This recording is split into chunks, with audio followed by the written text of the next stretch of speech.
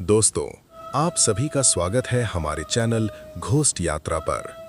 यहाँ हम लेकर आते हैं ज़मीनी सच्चाई से जुड़ी ऐसी खौफनाक और रहस्यमयी कहानियाँ जो सिर्फ डराती नहीं बल्कि कुछ सिखाकर भी जाती हैं।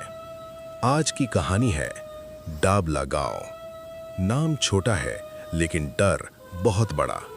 राजस्थान के इस गांव तक पहुंचने के लिए एक कच्ची सड़क है जो दिन में तो दिख जाती है लेकिन रात होते ही जैसे गायब हो जाती है।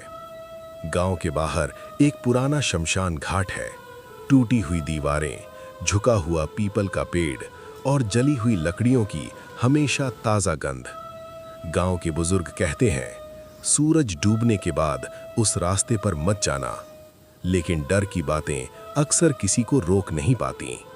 वो पहली रात रमेश शहर से डाबला आया था।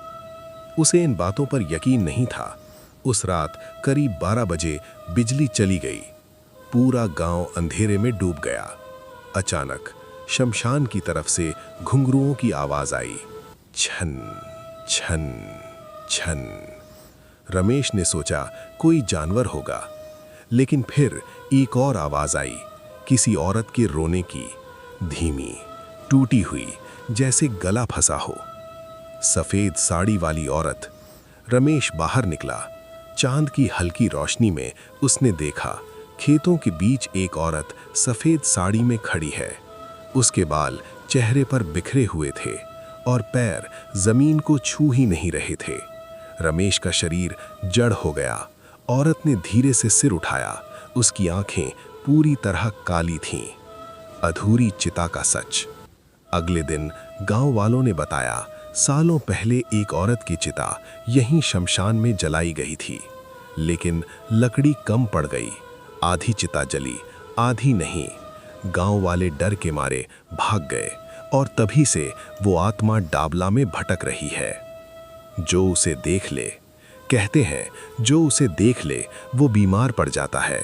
जो उसके पीछे जाए वो वापस नहीं आता।